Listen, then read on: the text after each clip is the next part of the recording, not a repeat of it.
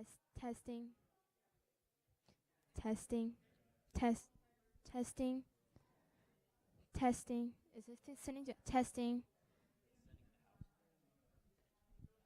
testing?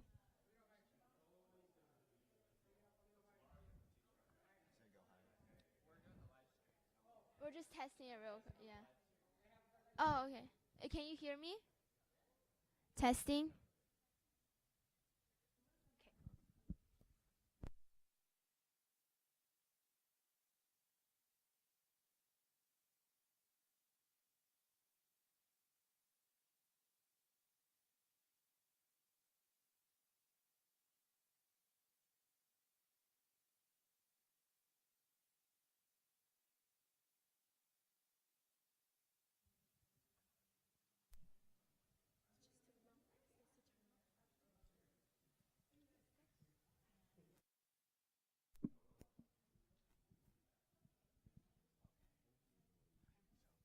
Are we ready?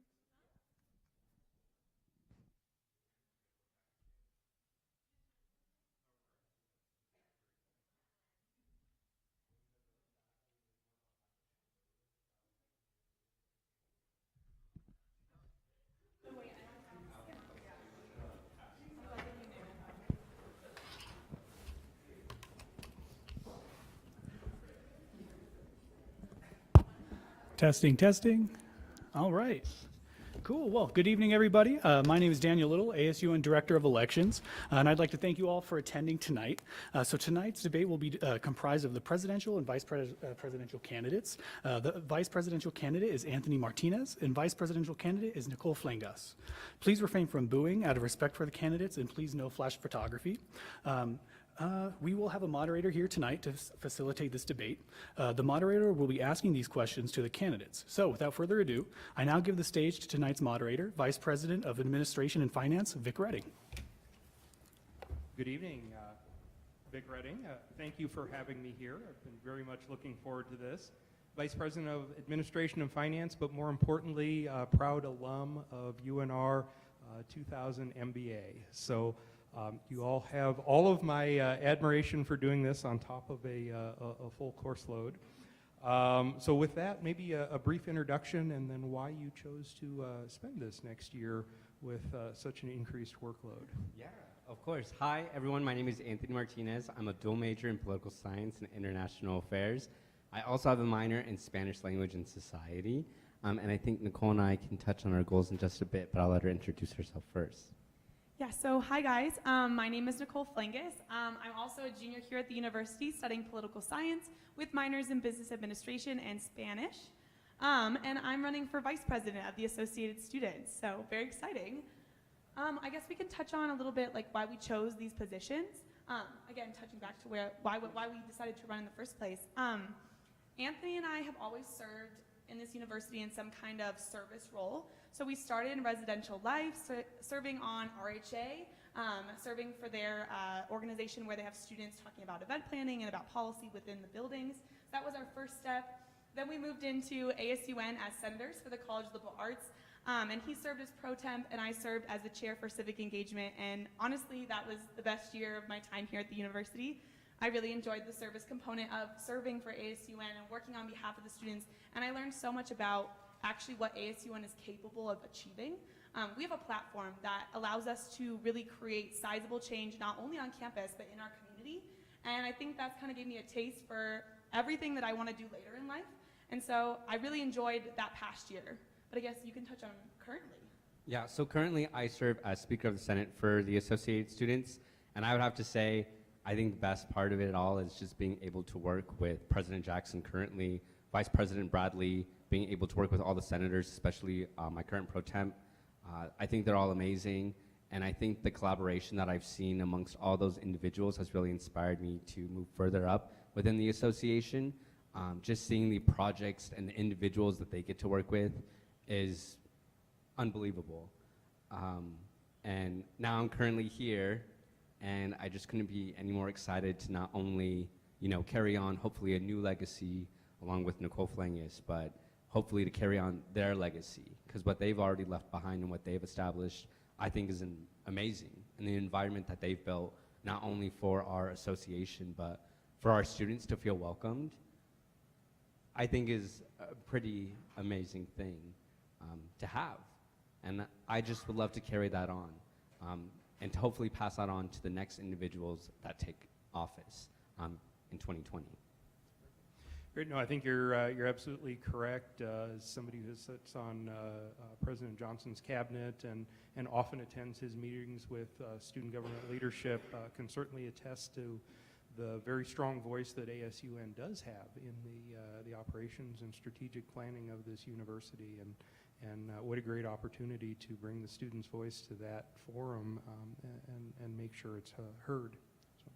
So I do have a list of prepared questions, but would like this to be a little bit of an interactive dialogue, so feel free to expand or take it into a slightly different direction. But starting with some of the current events on campus and things that are going on. Actually, just this morning, got the results to date of the campus climate survey. And I saw that the undergraduate response rate is somewhere around 13.6%. Our goal was 30%. We're in the last week of that survey. Help me interpret that response rate. What do you read into that, and what can we do to incentivize more response? I think with that, for the students in the campus climate survey, just even looking at it, students already are struggling to find responses for the survey. So I'm trying to. I think one of the symptoms, perhaps, of the low response rate is that a lot of students have felt like they've voiced a lot of opinions, and we host town halls. We bring forth our students in the College of Liberal Arts. Our dean hosted a town hall. But I think some of the problem is that a lot of students feel like there hasn't been as much action as they would have liked to see. They also don't get to see all the moving parts, though. So I think some of the things that we want to do together is we want to kind of uncover what the university is doing and provide that input and that feedback about what's going on to students more directly, more often, creating an environment so they know that there is something in progress, there are these committees working on change, and that they are working to create proactive responses to this. We've also, though, been in a reactionary state a bit in these past 2 years, just with all the things that have happened on campus. So I think some of it is that they're not seeing as much increased change and as much action as they'd like to see. But also, what we can do is we can talk about the importance of providing that data, because that data is what leads to the physical changes that we can create. It creates an environment where we have a base of student feedback for the things that we want to create. So I think in this last week, we as individuals, as people running for office, we have a job to get as many students motivated to want to answer these questions, to want to be part of addressing the campus climate. And it's okay to address the climate as something not positive or something you don't see as much of something you'd like to see. So it's about being honest about what's your truth. Speak your truth. It's a beautiful message. So we want as many students to do that as possible. And then hopefully, something that I'd like to see is how we can respond in the next fall about what we learned from that survey and what are we doing? What are we doing with that information? So hopefully that will then make people want to reply to these surveys and be part of that process even more so.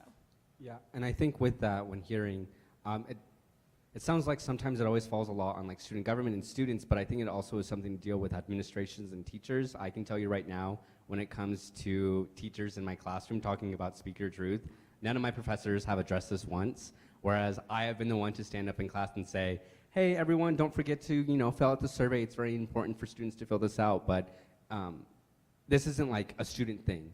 This is a university item that we should be addressing. So university not only encompasses students, it encompasses faculty and staff and teachers, our professors. So hopefully getting them or enticing them in these last few moments that we have, so whether that's enacting the students that we have currently working on these efforts to incentivize teachers or just remind them hey, we're not all ASUN officers or students engaged in creating this survey are in your classroom.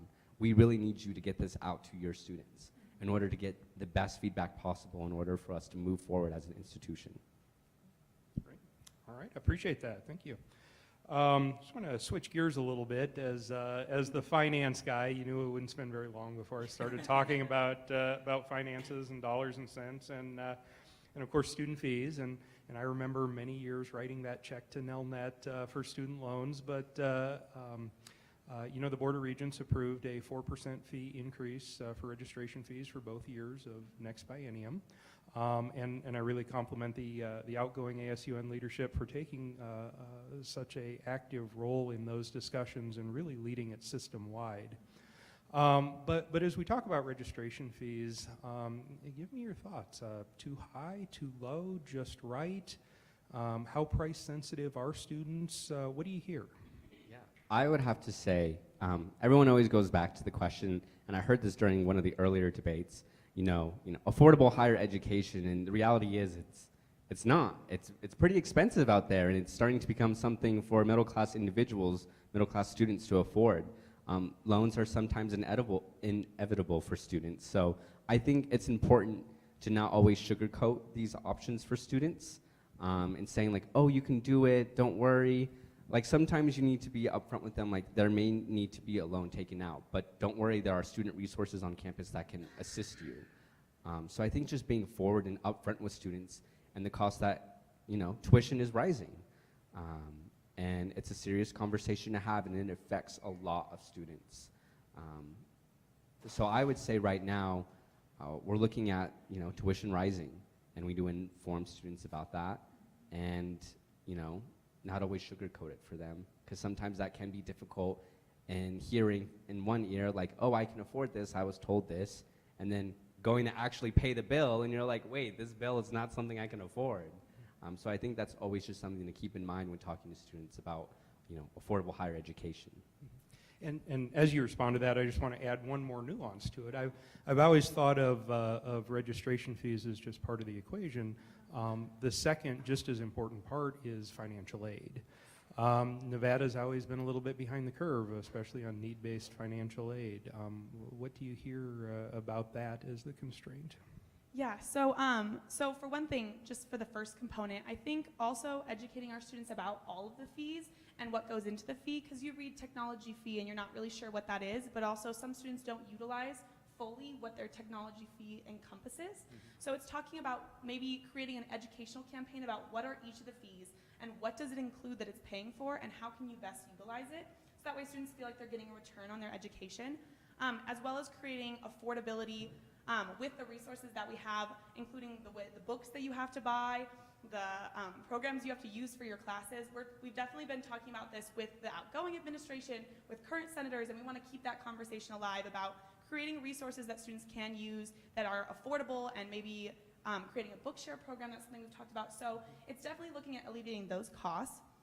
But in terms of, oh, sorry, what was the second part of your question? I didn't want to miss it, and now I forgot. Talk to me about how Nevada's lack of need-based financial aid impacts this discussion. I have a good part to this. Okay, so actually, I'm a transfer student, and one of the big frustrations with transfer students is that you do not qualify for any incoming aid when you come here, and there's only very, very specific need-based aid, and you have to qualify for Pell Grant status to get any aid, and you can apply by the February 1st deadline. But that gives an entire semester or sometimes year for those who come in the fall before they can apply for any financial aid. They're coming into this university, they're paying full tuition of whatever, in-state, out-of-state, and there's no financial aid for them. So that's a big part of affordability, especially for our students who are going from other NSHE institutions and coming here. We need to create infrastructure for them, including financial aid, because that's a big hurdle, not only affording housing, but also these nuanced fees that you have no idea about. So that's a first part, is I'm really looking at transfer students and how we can address that inequity level. But with the rest of our students, we definitely created legislation this year that we've wanted to create more need-based scholarships in the state of Nevada, so kind of prompting the state of Nevada to be an active component in that. But on a university level, I think maybe working with our alumni to create more scholarships for our students, just talking about the increase in tuition, how it's going up every year, how it has to go up every year, and talking about the difference of what they paid when they went to college to what it is now, because I think sometimes you blink twice when you realize how much it's gone up. So those are just a couple ideas. Yes, I do. and along those lines, let me ask you a question about the Millennium Scholarship. I'm old enough to remember when the Millennium Scholarship was created by and Governor Gwynn, very strong force behind that. But as you mentioned, fees have gone up every year, and then by definition, the Millennium has lost a lot of its purchasing power. How strong of an incentive do you feel the Millennium Scholarship is for keeping the best and brightest students in Nevada in Nevada? I know the Millennium, especially right now, is a very interesting question, especially with something that we had just passed through Senate, talking about changing the requirements in order for students to receive the Millennium Golden Scholarship. So with that, I know it does support a lot of students and a lot of individuals in order to attend the university.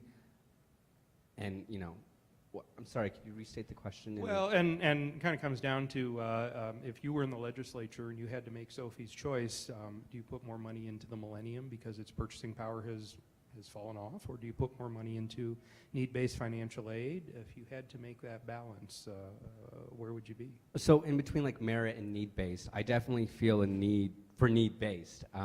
When looking at a lot of the scholarships being offered here at the institution, merit-based is huge. You know, in regards to academics, how students do in their classes in high school, and I feel like a lot of times we don't take into consideration where people are coming from when it comes to high school. You don't know the areas or the materials that they were given, really not, you know, allowing them to showcase their academic ability, or they maybe weren't given the same resources as individuals in other parts of Clark County or Washoe County or whichever state they're coming from. So that need-based, I think, is very important for a lot of our students who aren't able to showcase to receive those merit-based scholarships. And even then, if individuals are both to qualify for merit and need, I feel as if that's even better, because then, as you had stated before, we're keeping some of our brightest and, you know, hardest working students. I also think if we're coming down to the decision of putting more money into the Millennium or putting more money into need-based, this institution already does a really good job of providing tiered-based scholarships to our incoming freshmen. So maybe in the interest of creating financial responsibility in the state, looking at those need-based scholarships now, and then in the future looking towards the Millennium, because the University of Nevada, Reno does have that power to offer that presidential and then the secondary level and the third level to those incoming freshmen. But I think if we're going to try to not lose transfer students, we're going to have to start employing the same technique. No, great analysis. It's a complex issue. Yeah. Speaking of fees, just want to narrow it down a little bit to the ASUN budget, which, as you know, comes from student fees. And tell me some of your ideas about the budget, about its level. Is it the right level? Is it funding the right activities? Increase revenue, reduce spending? Give me some of your forecasts on the budget. I would always love more money, of course. But as of right now, when looking at the budget, I definitely think it's something to take into consideration of where we're moving funds, if we're going to be cutting funds, but it's all dependent on students and their registration here at the university. So sometimes we may over budget in the sense that more students enrolled in credits, and then they drop out of those credits, they can't take those classes, or it doesn't fit their schedule, so then we over budgeted, or we end up under budgeting. But in regards to where they fit into specific programs now, and if it's correctly allocated, I would say that the administration this year, our student government administration, has done a great job in providing funds wherever they see fit. And I think they have now collected enough information and enough data for us this year to apply those changes that they see needed. So after them test running, and they're like, all right, we're gonna see how this track works, and if it doesn't work, we're gonna advise the people next year to make those changes. So I think it's just a matter of waiting on what this year's administration has to offer to us and saying hey, we did this test run, didn't go too hot, so we suggest this. So I think that's what we're waiting for mainly, is just talking with those individuals and figuring out where money is needed, or where it needs to be taken away from, or where it needs to be adjusted. I also think this year's leadership, Vice President Bradley and President Jackson, have taught me a lot about where we've tied up ASUN funds and projects, but where they were only supposed to be pilot projects, where we demonstrate a really great project, and then we try to get the university or the community to take that on. So I think in understanding what they've been doing, we can now take that information that they're learning, that these projects are really successful, but we're just putting money in, and we're going to try to hand those off to the university, to the community, and I'm talking specifically about the PAC internship grant program. We really want to see that take off by itself, because that's what it was supposed to be. We're an organization that has the capability to try out a bunch of new projects, But when our money is tied up in old projects that were supposed to be taken on, we can't necessarily expand, we can't try new things. So that's one of the things is we're taking that information from this year, and we're gonna start hitting people with those hard contract finalizations. This should be something that the university should take on. This is something that the community should take on. We've demonstrated how great our students utilize it, how great our students actually go out in the community, so they should take that on, and that's a really big component. But in terms of raising the ASUN fee, I think that we really need to get more student feedback. We see the reason to raise the fee because it hasn't been raised in 6+ years. So we think that that's reasonable because with inflation, you have to raise the fee. But I think before we do that, we're gonna have to demonstrate to the students that we are super responsible with that funding, that we're doing the right things, and then maybe look towards the future after our year about raising the fee so that way they have more funding. Great, I appreciate that. Thank you. Let's see here.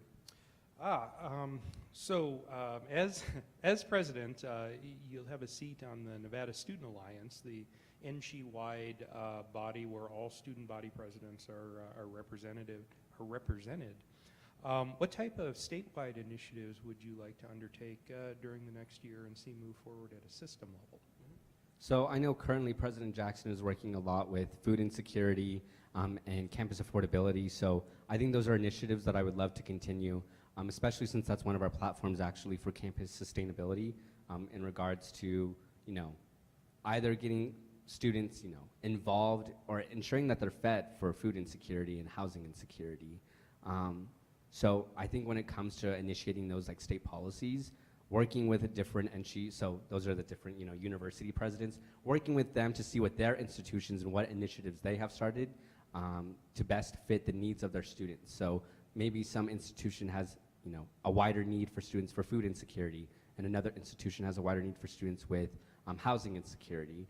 And hopefully, after this Speak Your Truth and other surveys that we've done, because I know there's a huge campus-wide survey going out now to all NC students to ask about food insecurity and housing insecurity. So I think that's even a greater platform to, work with other university presidents to figure out how we can accommodate for those students. So along the lines of collaborating with some of our sister institutions at NC, what are some of the areas that you might see some collaboration with peers at TMCC or WNC or even Great Basin College? What sort of interaction or complementary programs would you like to see there? So again, I'm a transfer student. I'm going to keep plugging it. It's one of my favorite areas. Where did you transfer from? I transferred from USC in Southern California. Okay. But one of the things that I've learned that we just had a transfer summit here actually last week with the leadership from all over the state of NC institutions. And I've learned that they have a really good program for getting those students ready to transfer to either UNLV or to here at our university. But sometimes our intake of those students is not as great as it can be. And they have a really good system for working with transfer students because they are preparing for them coming in from other colleges, but also preparing for them to go out. So I think learning from them about how they work with their transfer students, how they best advise them, and how they make sure that they're equipped with the right tools when they come here is one of the things we can learn from them. But I've also learned so much from TMCC specifically about students who are non-traditional. I was talking about how I love the gym, how we pay a fee to use the gym, but we get to use it unlimitedly. We get so many classes, it's great. And I had a student come up to me at this co-summit between transfer students all around the state, and she said, I think that gym is so cool, do you guys have a daycare program? And I'd never thought of that, and I'd never put that in my mind, but apparently TMCC does have a daycare program at their gym, not all the time, only a certain days during the week. But I think looking at the different programs that they have that we've not instituted on our campus and seeing, do we have enough students that warrant that program, but also why aren't we doing that program? Is it about funding, or is it just that we haven't thought about that spot on our campus? And so learning about what they're doing has been really eye-opening in the context of transfer students, because that's what I've been working on, but I'm sure that expands to many different areas. Great, appreciate that. So just switching gears here a little bit to the research mission of this university, and just a few weeks ago, the University of Nevada, Reno, as well as UNLV, were recognized as R1. What does that mean to ASUN, and where do you see that taking us? So we currently have NSERC, the Nevada State Undergraduate Research Journal. So I think that is an important, very important aspect for where the student government plays a role. So being research and funding all of this, students should do the research here at the university is so important. Not only that, we also are working with NSearch, from what I've known, to hopefully do a broad research for students here at the university. And again, this is with student government fees. So in regards to how ASUN plays a role in the R1, I think for the Nevada State Undergraduate Research Journal is a huge role. Do you have? Yeah. I was reading through the Carnegie designation application, and I saw in there that there's specifically, I think it was around, don't quote me on it, but I think it was around $10,000 was set aside for research specifically catered towards civic engagement in our campus community and in the Reno community. So I think one of the cool things that ASUN can do is advertise that to our students, educate them that this money is out there, and then maybe work with them on their projects, because I think working with the community is something that we are so motivated to do.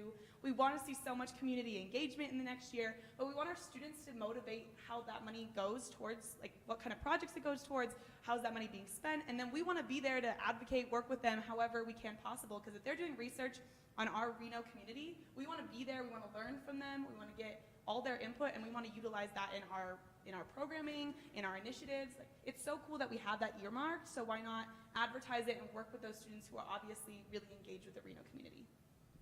Right. All right. Let's see. So kind of along those lines, the university is already, is also on its way to becoming a Hispanic serving institution, an HSI. What specific ideas do you have on how ASUN would play a part in that and help the university achieve that goal as well? So as a Hispanic serving institution, I think that goes back into working with a lot of clubs and organizations on campus that identify under that category, which actually isn't very many, because I've actually done research on this myself. So either encouraging individuals to start a club, or going back to talking with the director of clubs and organizations to encourage students like, hey, this is a possibility, and as an HSI, rising institution, we have the ability to now engage a lot of those students. So I think it's important to not only offer them a space, but remind them like, hey, you can start your own club designated in this specific area. And that's just from what ASUN can do from like our perspective. I think also working with our Department of Diversity and Inclusion, so using them or utilizing them to showcase to students like, as an HSI, we need to ensure that the funds that are being implemented within this institution are actually being used to serve Hispanic students in the best way possible for them to be successful here at the university. So I think encouraging that department to really work with our university officials to either, design programs, start programming, or even bring it to conversations like, hey, how is this serving our students to the best of their needs, is very important. It is something that, that department can do. And in addition to that, our Department of Clubs and Organizations can also be active in that situation of starting up a lot of those clubs to incentivize students, to remind them that there is a space for them here on campus.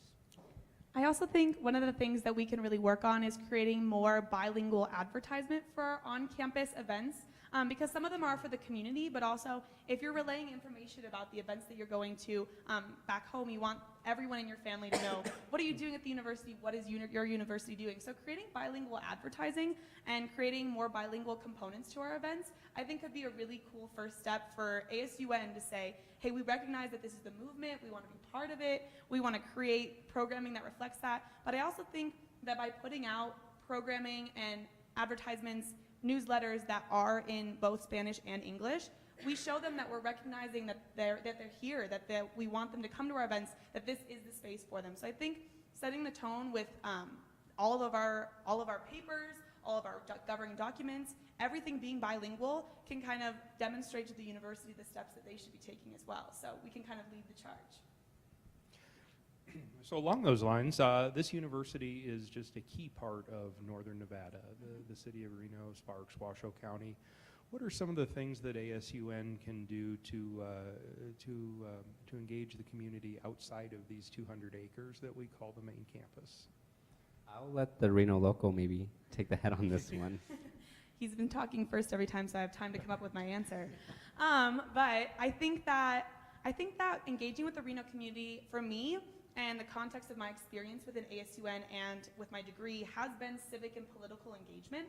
So I really would love to see our students get engaged with local nonprofits, get engaged with activism, and also know what those issues are in the Reno community, because there is the issue of homelessness is not singular just to our university students, it's in the Reno community as well. So I think hosting dialogues, hosting events where we can bring community members as well as on-campus students to talk about those issues and talk about problem solving as a collective body is a really cool first step. We can have these deliberative, facilitated dialogues about our first step moving forward, and then also we can check back up periodically throughout the year to make sure we're working on activism, working on engagement, that kind of stuff, and really creating connections between our community and our students.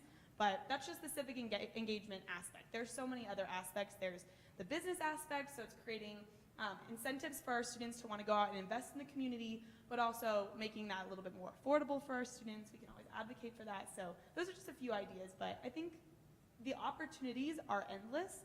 I would love to see more and more businesses offer internships for our students. The PAC internship grant program is something that I'll get to directly oversee if I get the position, all fingers crossed. And I think that I really want to see more people adopt that model and have more students working in their businesses. It's really something that our students are very good at. They are committed. They work hard, so why not try to get more and more businesses trying to get that relationship with our students and creating more internships, because that's what students want to see. Yeah. And I would love to just work more with high schools here. I know a lot of students are alum to, speech and debate, different athletics, student council. We the People is huge here in Reno, and we have a lot of individuals from there attend this university. So I think, collaborating more with high school students and university events, I think is so important. And what college student doesn't love to think about, their high school debate days, their We the People days, their, athletic career that they used to have. And I think that's just a great way to get, not only our university students involved, but those younger high school students involved as well. And hopefully that'll not only build retention for them to maybe come to the university, but for them to at least attend a higher ed institution. I think that's important and something that we can instill in a lot of students here in the Washoe County School District. Great. So let's talk about that a little bit more. Good at enrolling them, but let's talk about completions. What I kind of have the view that some college doesn't really get a student where they need to be, get some debt, but you don't have that degree or certificate or credential that you can then bring to the market. So what's the single biggest or the top two bottlenecks that you hear about for student completion? I think it always, usually it goes back to money, but at the same time, I think it always goes back to support.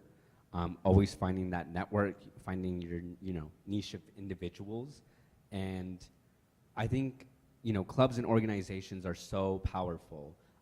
Individuals are so powerful. So making that one connection for someone to just incentivize you to finish your degree or to go here or to show up to class every single day is so vital for students.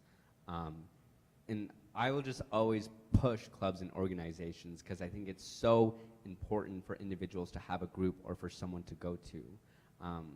I'm a part of various here on campus, and I've had many jobs on campus which have allowed me to make strong connections with individuals. And with those connections, I wouldn't feel incentivized to come to campus every day. I feel as if sometimes. And then I start to build relationships in classes where your friends are like, I didn't see you in class today, like they took attendance, and I'm like, oh, I wasn't there. And I think that starts to build kind of reliability and accountability for these students. And just these clubs and organizations are so important for individuals to become a part of because they then feel incentivized like, well, if all my friends are finishing their degree and I have the possibility to finish my degree and, they're always reaching out to say like, I can help you with this, why am I not doing that? So I think that's one of the most important aspects of students dropping out is they don't have that support. The connection. Mm-hmm. The connection. I also think this ties back to one of our actual platform goals that we're working with, and that's the fourth goal of kind of this pre-professional advising. And so my vision for what that would look like is that we're having alumni and community members come in and host conversations about how did I become a CEO?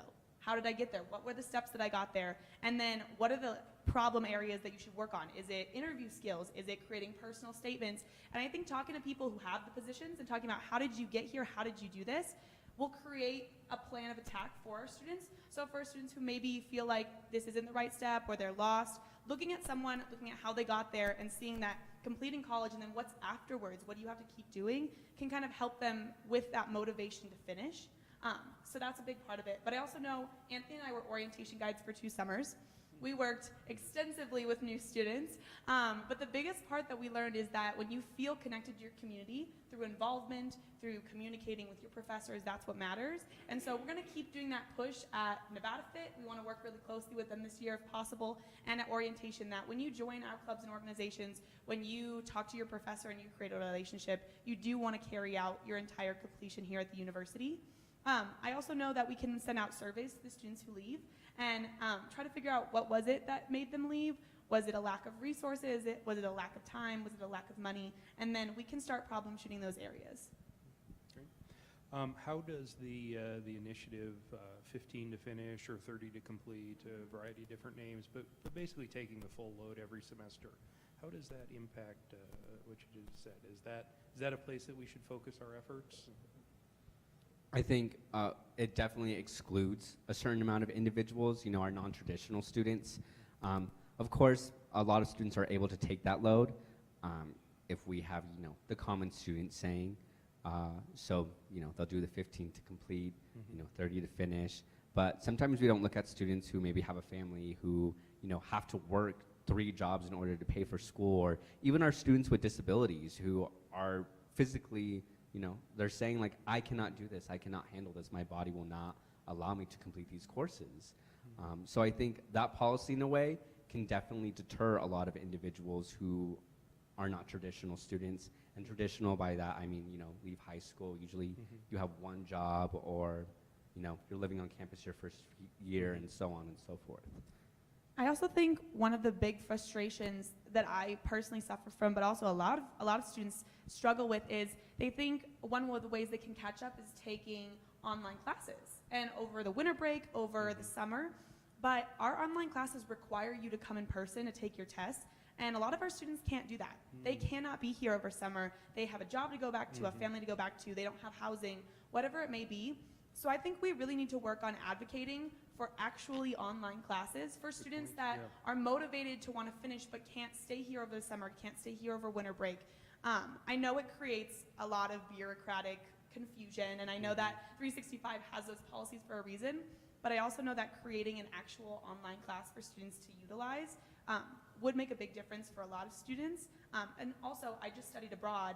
I would have loved to be able to take classes while I was abroad, but again, you have to be in person to take that test. So that's one of the things that I think would help a lot of our students, including those that can't afford to necessarily spend the time on campus. They have multiple jobs.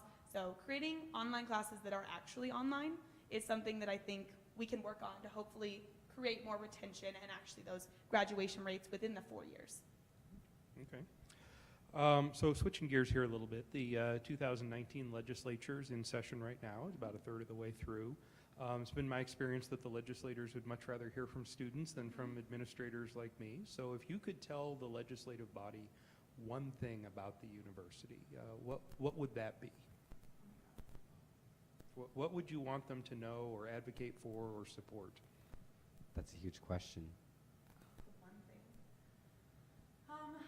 I mean, I think that the biggest thing that I would want to advocate for is creating more scholarship funding at the university, because I didn't choose to come to the University of Nevada, Reno. I left the state, and I didn't intend to come back here. It was actually a happy accident that I ended up back here.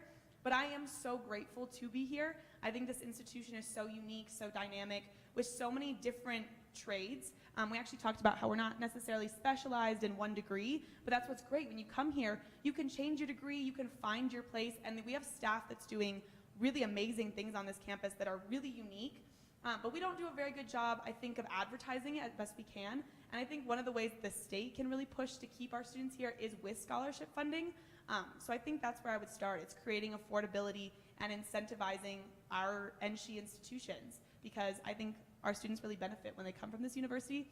And I hear so many people tell us that they didn't realize all the things that Nevada had, that we had Pulitzer Prizes, that we have a leading expert in like African politics literally in the world on our campus. That kind of stuff is so unique, and we have a job to incentivize it. Yeah. I would say something along the same lines. If anything, just kind of be different. I would advocate for, campus sustainability, not only on our campus, but on many campuses.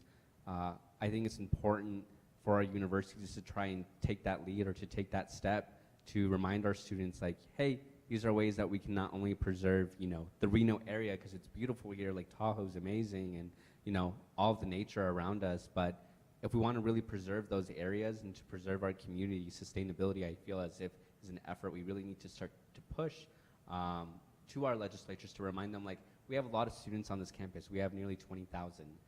Imagine how much waste is being produced by all of these students, 3,000 that live here, 24 hours a day. So I think incentivizing them or finding a way to either, work more with universities to provide, campus dining to be more sustainable, to work more with, composting on campus, working with, facilities to talk more about how to recycle or informing students how to recycle. I know they came and talked to our Senate and they were informing us, like, certain Starbucks cups cannot be recycled.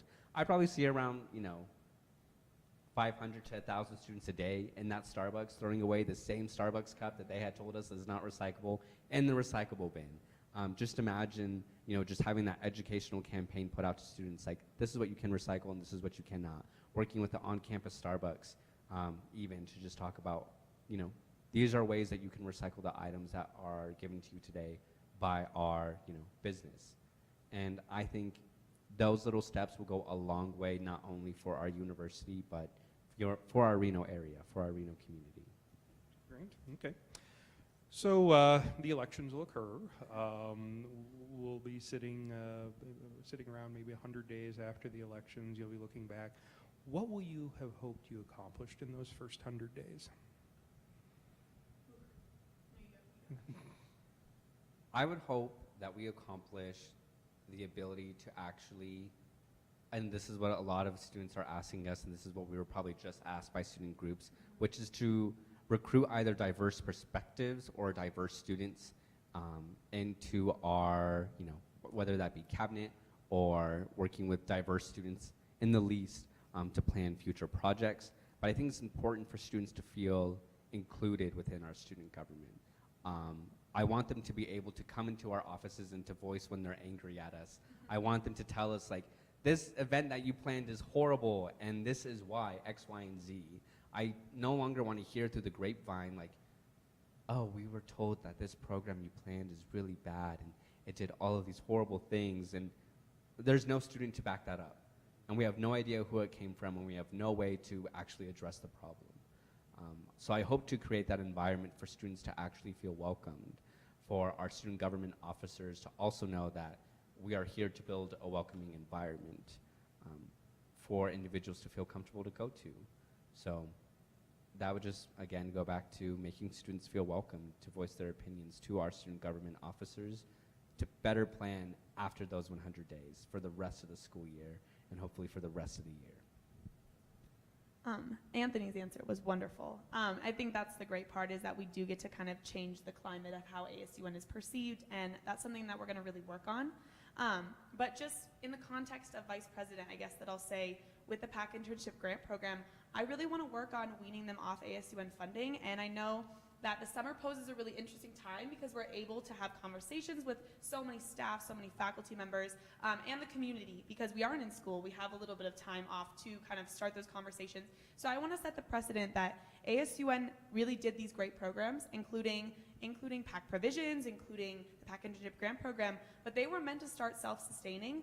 And so I want to create strategic plans about how they're going to start self-sustaining. And I know that's not a this year plan, but I want to create a firm deadline and a very thorough strategic plan, so that way the next administration can come in and they have that money to start those new programs and new initiatives that they have dreamed up for our university and campus. So that way ASU is catering to programming and initiatives that our students care about, and then we're not frozen with specific funding just attached to these programs every single year without fail, without any kind of readdressing, is this what we should be investing on? So I think that we're really going to go through those contracts, those commitments, and we're going to try to find the places where they can be funded, so that way ASUN has so much potential in the future. So speaking of financial forecasting, the Nevada Wolf Shop is one of the last student-owned bookstores in the country, and the bookstore model is changing. Strategically, where do you take the bookstore in the next year and set it up for a sustainable future? I think with that, it's also important to note that I believe it's UCLA that has the other student bookstore. So when comparing them to our student bookstore, they're very different. Very much so polar opposites. UCLA, it's no secret, but they have that brand name. Individuals, and they have a bus stop that stops outside of their, student-owned bookstore where they can get off and everyone gets to buy, their sweaters and antiques and whatnot. And we just are not there yet. So when looking at our own bookstore and how to sustain it in the next years or so, it's a serious conversation of having to advertise to students like, hey, if we don't start, utilizing what we have here within the Wolf Shop, we are definitely looking at a serious conversation of how is this going to sustain itself. It supports so many important programs. Mm-hmm. Well, even then, our bookstore funds ASUN scholarships, and we give out thousands and thousands of dollars in scholarships. So I think we need to work with all the organizations, all the facets of how we work with new students to communicate that the Wolf Shop should be their first resource, that we have price matching, that kind of stuff. But I also think with affordability in mind, the reselling of used textbooks is something that I think the bookstore can kind of swivel to. We should encourage our students to sell their textbooks back and hopefully create affordable costs for students to be buying those textbooks, so it's creating affordability for the whole university, but also keeping the Wolf Shop part of it. So I think we need to do a really big marketing campaign to get our students to utilize the Wolf Shop's buyback and try to get students to come and buy them from those stores, because if we can show that the Wolf Shop has what they need and that it is a worthy investment every time you go in, I think more and more students will go. But I think we have to start with our incoming students, because that's the population that's looking for where to go anyways. So why don't we make the Wolf Shop the prime location every time, and every organization and facet of the university having the same messaging, that the Wolf Shop should be your first line of purchasing, your first look for what you could do, and that also when you invest there, the university and the students benefit. And I think something unique about the Wolf Shop is we actually have a whole, just going back to sustainability, a whole sustainable section of toothbrushes, laundry detergent, laundry sheets, different types of notebooks and pencils that can be recycled after their use. And I think that's important for students to know as well. And that can go back to just advertising to students like, we need to be sustainable in what we do in our efforts. And the Wolf Shop actually offers a reasonable prices on these sustainable items that are offered, and this can actually be found near the residence hall. So even advertising that residential hall, Wolf Shop and where that's at is vital. And it's important for this Wolf Shop to be able to sustain itself. Because otherwise we are looking at that conversation of informing students like, hey, scholarships can no longer be funded. We just can no longer do it. Great. I'm going to throw you a curveball now, or maybe actually a snowball. It's been a long winter, hasn't it? I'm just kind of getting tired of this. We've had a lot of snow on the ground this year. We have a lot of students that live on campus. We have a lot of students that live close to campus. We also have a lot of students that live outside of the Reno-Sparks area that commute. We have some classes that only meet a couple times a week, and if they're canceled, it takes a serious chunk out of the syllabus. Should campus close more? Should it have more delayed starts? Should the expectation be that campus is open and please plan accordingly? What do you think? I think that goes back to talking more with teachers and administrators. The university has a way of how they cancel classes. And it was mainly, and I try to inform students as best as possible, and maybe it's just a matter of educating students on the way they cancel classes. So they have individuals like in certain areas measuring snow and the time that it happens, and if it reaches a certain amount, then they decide to cancel class or they delay classes. Since I've been here at the university, they've actually never canceled class, they've only delayed it. But with that, I know it provides a lot of dangerous ways for students to get to campus. Students live in, the Sparks area, further out in Reno, and it just becomes too snowy for them to actually transport. And there are some difficult situations where they do get on the road. It's dangerous. And I think that goes back to talking with teachers, because sometimes in the messages that are like sent out by the administration is like, talk with teachers and try and plan accordingly. And I think it sometimes goes back on the teachers to, to accommodate towards their students. Because I've been informed where teachers are like, I gotta be to class, like so do you. And at the same time, like that's not always feasible for students. Sometimes they actually can't make it to class because their car's been snowed in, or the roads are just too dangerous, or they haven't been plowed yet. So I think it goes back to that and how to have that conversation of, if a teacher is punishing a student because they can't get to class, how does that go now? I also think there's frustration as someone from the Reno community when I see Washoe County close or delay or something like that, but I'm still expected to come to the university. So maybe we do need to have a conversation about reevaluating. When is it too dangerous for students to be expected to come to campus? Because Washoe County has the same interest of protecting students, they're K through 12, but protecting students and making sure they're safe on their way to and from school. So if we need to have that conversation, why not talk with the Washoe County officials? How are they making their determination? Maybe we should adjust accordingly, because I know there's a lot of students that voice a lot of complaints about having to come to campus, mostly because they come with their two-wheel drive cars and they don't know how to drive in the snow, but it's not something that we're obligating our students to do, and campus escort doesn't run during the day when classes are happening, so for some students, it's impossible for them to come to school, and maybe we should readdress how we're deciding snow days based on another really widely recognized group like Washoe County School Districts. Great. Okay, well, I double checking to see if we have any questions from the audience, and seeing none, I will go ahead and move to just kind of our last question, which is more of a chance for you to provide any sort of wrap-up comments or statements you'd like to make about your goals for the next year. Yeah. First, I want to say these questions were really good. Yeah, really good. I did not expect that. So I'm very happy with them, though. I hope that these questions are similar in the future, and that they're similar for future Senate debates, because these are the real questions that will actually be asked. These are real questions that I'm asked on a daily basis. So yeah, I just want to say I'm very thankful for that and for the election committee. And I hope this continues on with not how difficult, but just how specific they were to our institution, to our positions, and to this university. But just as a final closing, I really hope students go out to vote March 13th, so this coming week. I hope they come out to pack the polls. I'm very excited. If you have not seen the ad yet, it's very adorable. It works. And not only that, but I'm excited to serve all of the students to the best of my ability. I'm excited to serve alongside, especially Nicole Flangus. I think we have a great year ahead of us, filled with very passionate students, and that if they have a plan or a goal or an idea, we want to hear it. We want to hear what they have to say, because if it's, if it's not with the students, it's not for the students, and we want to work with those students here at the university.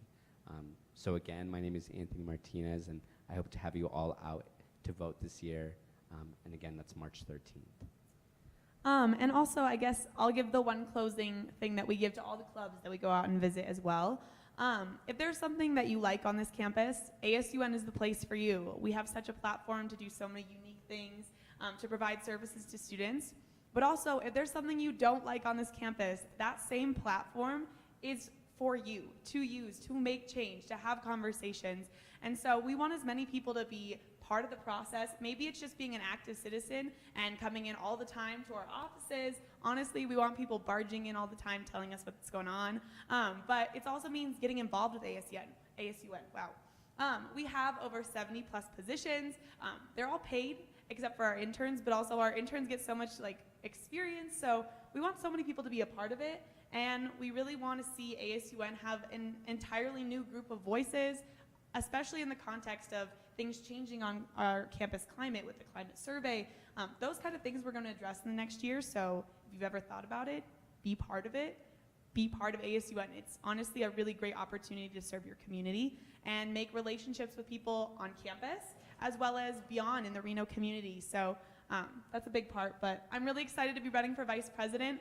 I hope people see our goals and they hold us really accountable to those goals. We're trying to create accountability. So really excited for the next year. Don't forget to vote, and we're really excited to serve. Well, I appreciate that on behalf of President Johnson and Provost Carmen, both of which wanted to be here tonight, but were unfortunately out of town. ASUN is a very important part of the shared governance commitment of this university, and we've had a great year this year and look forward to another great year next year. Thank you both for your service. Thank you.